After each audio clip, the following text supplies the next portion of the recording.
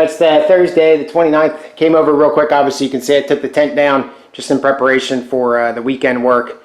Came over to kind of inspect the car.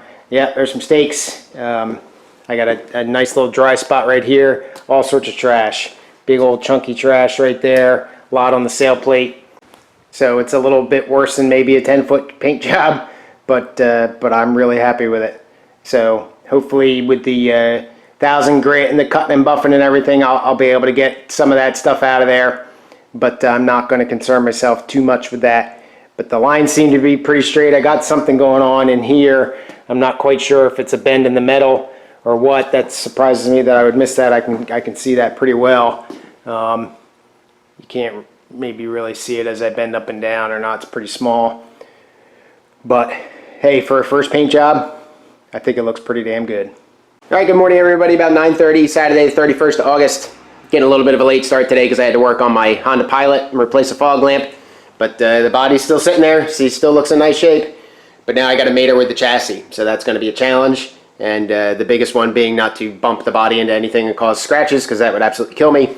And you can see that it's a little disheveled in here. And the reason is because the beautiful 240 is going to get backed out and give me a little bit of wiggle room in here so I can not hopefully scratch the body and everything, and just give me some buffer space. So I'll back her out when I'm ready to be at that point. But I want to get the body rolled out here, get some stuff cleaned up, get some dust off it, and things like that, especially around the firewall. I also want to get the throttle linkage in, that hard bar. I'll show you that. That's a lesson learned from previous people that I don't have to learn myself. I'll show you why, and we'll carry on from there. These here are the bushings for the gas pedal linkage, and I shouldn't really call it a linkage because it's just one solid piece. But these go in the firewall, in the little holes in the firewall. I'll show you in a second, and they just kind of get pressed in, and then the linkage gets filtered or traced through all these things. Now these are poly bush ones, and you can see that they're a little bit flexible. The original ones are like a hard plastic. People have a hell of a time getting them into the holes because they just barely fit. So these I got from the Roadster factory. I think they were like $6.95 for the pair, either the pair or each. I don't remember. Not cheap.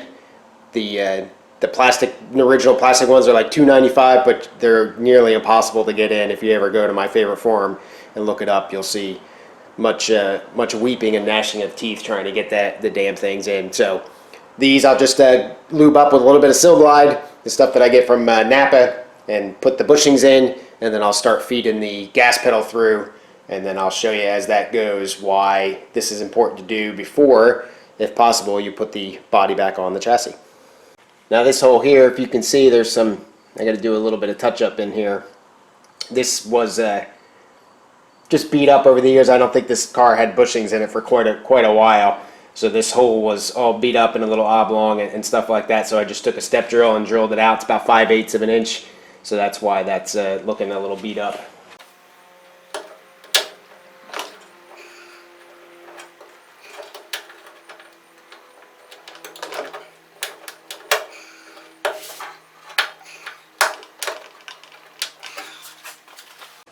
Alright, so even they are incredibly easy, but they're a heck of a lot easier than the hard plastic ones. I did try one time, and I could just never get that in. So there's that. Now you got the accelerator pedal linkage, and essentially, if you can imagine, it'll kind of go like that. So this has got to go through that bushing. This portion or so is outside in the engine compartment, and then it goes back into the bushing. And I actually missed a spot on here with paint. That's a bummer. And but the trick is just try to feed it through and get it all fed through and in there properly. So that's something I got to do, and that's not always that fun. But that's why you want to do this when the car is off the body, if possible, because with the motor right here and everything like that, there'd be no way that you could really filter this thing through, at least easily, to give yourself the room. Now I was able to get it out of the car when before I moved it over here. So obviously if you can get it out with the motor in, you can get it in with the motor in, but the recommendation is to not do it that way if possible. So unfortunately I got to paint this real quick, so I'm going to scuff it up, put some a quick little shot of paint on it, and I'll have to skip this part for now. Well, she's almost in the sun. That close. Now I'm going to put the accelerator rod in, gas pedal thing in, whatever you want to call that, and get that situated. I got the chassis moved out back there. I wiped it down kind of with just a wet rag to get. There was a lot of dust and nastiness, as you would expect on that thing. So we'll go ahead and see if I can't figure this out again.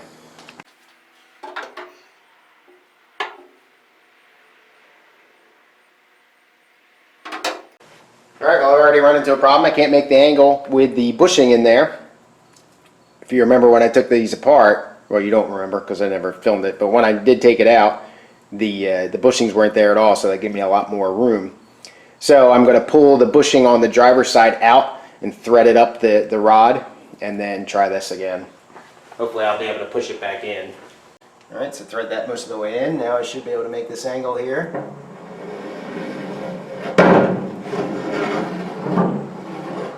Yep, that was much easier. Get it threaded through the other bushing. So now that I got it threaded through, this is the throttle linkage to get out to the bottom of the carburetors. So that's got to go on the throttle shaft before it goes into the bushing, obviously, so that it works. So right now it's a pretty tight fit, so I'm going to use some more of this Silglide. Hopefully that'll help. When I pulled this off when I pulled it off, I had to use a gear puller. So I might have to take this paint off. I'm not sure yet. But it goes on, so you can see it's stamped kind of hollow in here, and then that way, but the stamping or the C shape or whatever you want to call it faces outward, and the solid end is into the center of the car.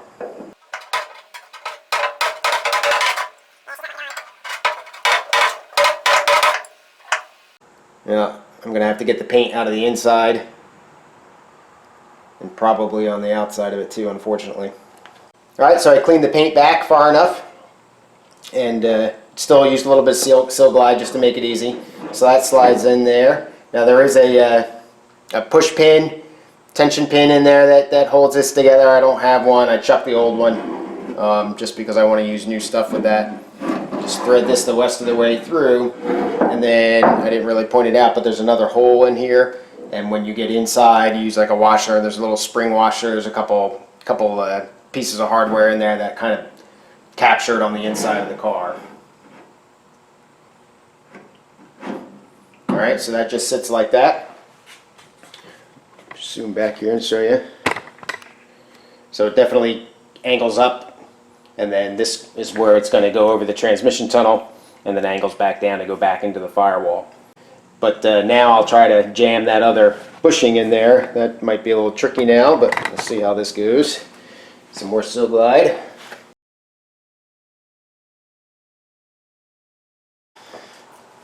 Alright, well, I can't get it right now. It's obviously not as easy as I thought it was going to go. What I'll do this time, decided to try it again, I'm going to put the grommet in from the outside instead of from the inside. I kind of like the look of it better with it from the inside, but at least with the heavier blue on the outside, it'll cover up where I've kind of taken off the Raptor liner a little bit. And then I'll also, if this works, I'll do the other side the same way. So we'll feed the rod through.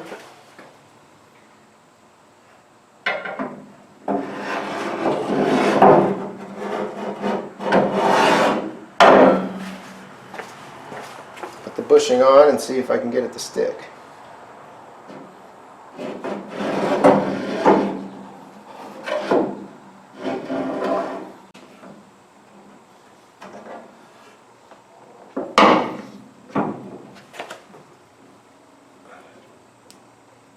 Yeah, this one's going to work.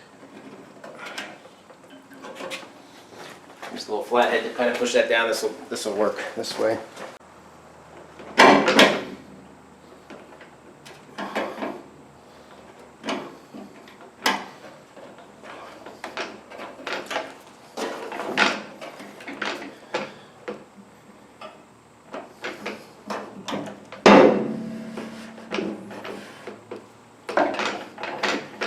Alright, that worked. Probably tore up the bushing a little bit, but it went in. Definitely Definitely not easy. But I'll reverse this other one just to keep it looking the same. But that's pretty flush, man. I have no idea how you'd even do that with those other ones. So this is just as nerve-wracking as it looks. Try to land the body here.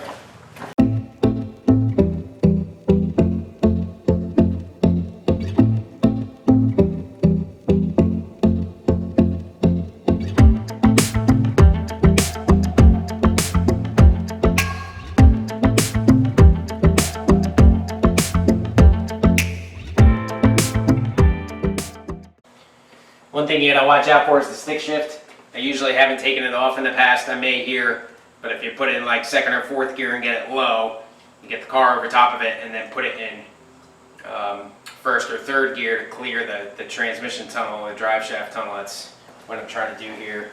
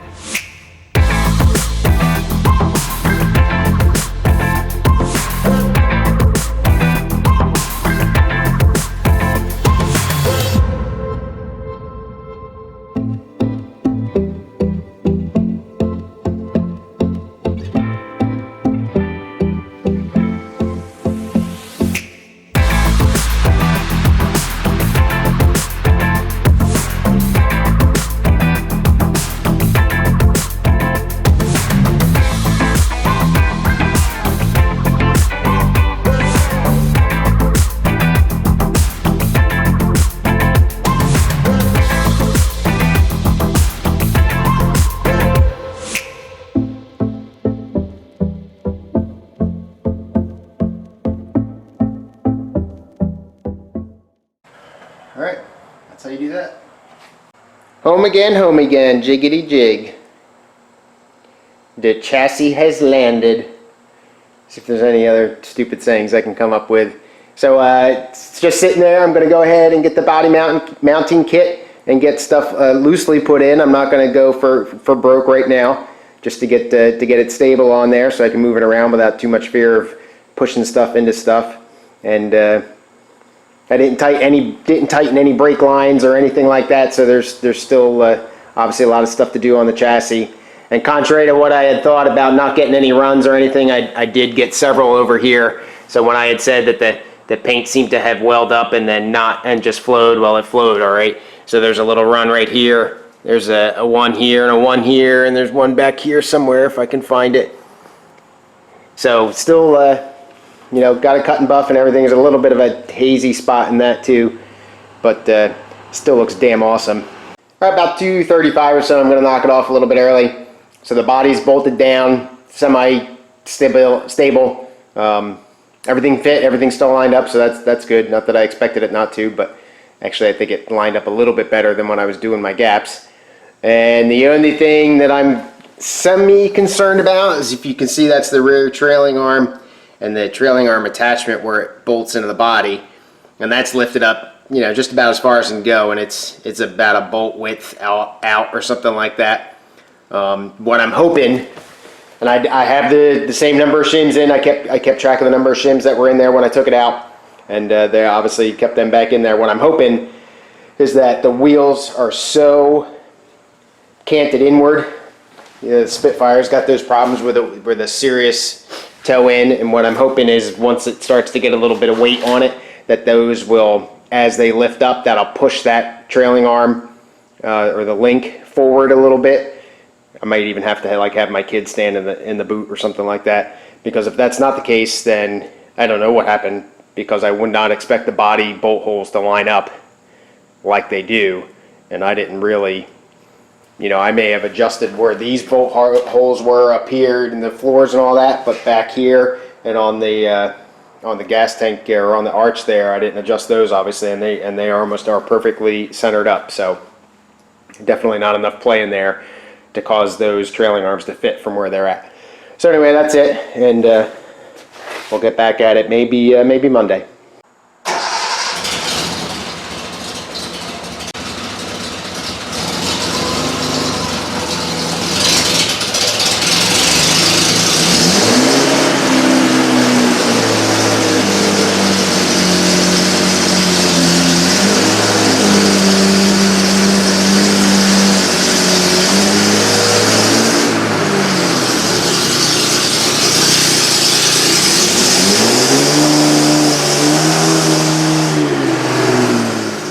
Good afternoon, everybody. About 2 o'clock Monday the 2nd. Happy Labor Day. I did have the day off today. I'm only going to be here for an hour or two, just random stuff. I brought a box of parts over that I got out of the attic that I want to start some reassembly. I think what I've decided to do, just because I've done so much work on the car mechanically, including the transmission, taking apart some of the differential and putting that back together. Obviously, all the suspension has been rebushed and replaced and all that kind of stuff. What I would like to do is get the car partially reassembled to the point where I can drive it and then drive it around the parking lot several times just to make sure that there's no surprises. And if there is, that'll give me the winner to fix it. And that way I'm not getting the car completely, reassembled and cut and buffed and all that kind of stuff and then have to do some major disassembly and things. Once I get these doors on and get my gap set, I'd like to not have to touch that stuff again. And I just... having to pull the transmission or something like that, I just think it's a little bit safer before the winter comes, and I would have to wait until spring potentially just to see if there's any repairs or anything further that I need to do to the car. So I got that box of parts. I'm going to start just slowly getting stuff back together, maybe try to get the gas tank. There's the gas tank sitting back there. That's a new one. Try to get that guy in here and just see where I'm at. So I came woefully unprepared to put anything together. I got rusty bolts and stuff that I just don't want to put back on the cars. But anyway, what I got here is the windshield wiper motor, and these things are they're pretty slick. So basically, the way that this works is you hook the planetary gear goes in here like that, and then the motor is going to connect from the side. Obviously, you got all the electrical stuff of the motor. This is just the rotor of it here. That goes all the way in, and that contacts, and then you can see. If I can turn it fast enough for you where you can see that turns the planetary gear, and then the planetary gear's got this arm here that sits down and a little tab here, a little thing there that sits down into this channel here, and then as this goes around you can see how it draws in and then it starts to push out. And that just sits there and rotates. So this whole gear comes in and out, slides back and forth like that. And then on that side and this little notch here, that grabs onto the wire for the windshield wipers, and those go out and actually make the windshield wipers go back and forth. So this needs to get rebuilt, tested, repaired, painted, all that kind of good stuff. I'm going to do my first round of the sandblaster with the new compressor, see how that goes, get all these parts cleaned up and then get them into primer, and then I'm probably just going to knock it off for the day. A couple different pieces I got here. This is the pedestal for the windshield washer motor, the body of the rotor for the windshield washer motor, and then these two things here are the ventilation ducts that go up underneath the dash, and this is, I guess you call like a vanity cover that kind of goes and bolts into that from on top of the dashboard, so that's what you would see. I'm going to do these in black crinkle paint. Everything else is just going to be a couple coats of primer and then gloss black. Unfortunately, I don't have any primer left, just regular Rust-Oleum primer, the rattle can stuff. So I'm not going to be able to do this today. I'm going to put these into a plastic bag and hopefully prevent them from rusting excessively. If I have to go in and shoot them real quick in the blaster, I'll do that. But guess I need to check to make sure I've got all the stuff that I need before I start a little project. Alright everybody, that's all I got. Thanks very much for watching. Please leave a comment below, tell me what you think. Not a little bit of a wasted day today, but not too bad. Got the body on the chassis, so now starts the reassembly phase and the testing. So that'll be pretty intense. Maybe I'll throw in some painting here soon. We'll see how it goes. Take care. Cheers.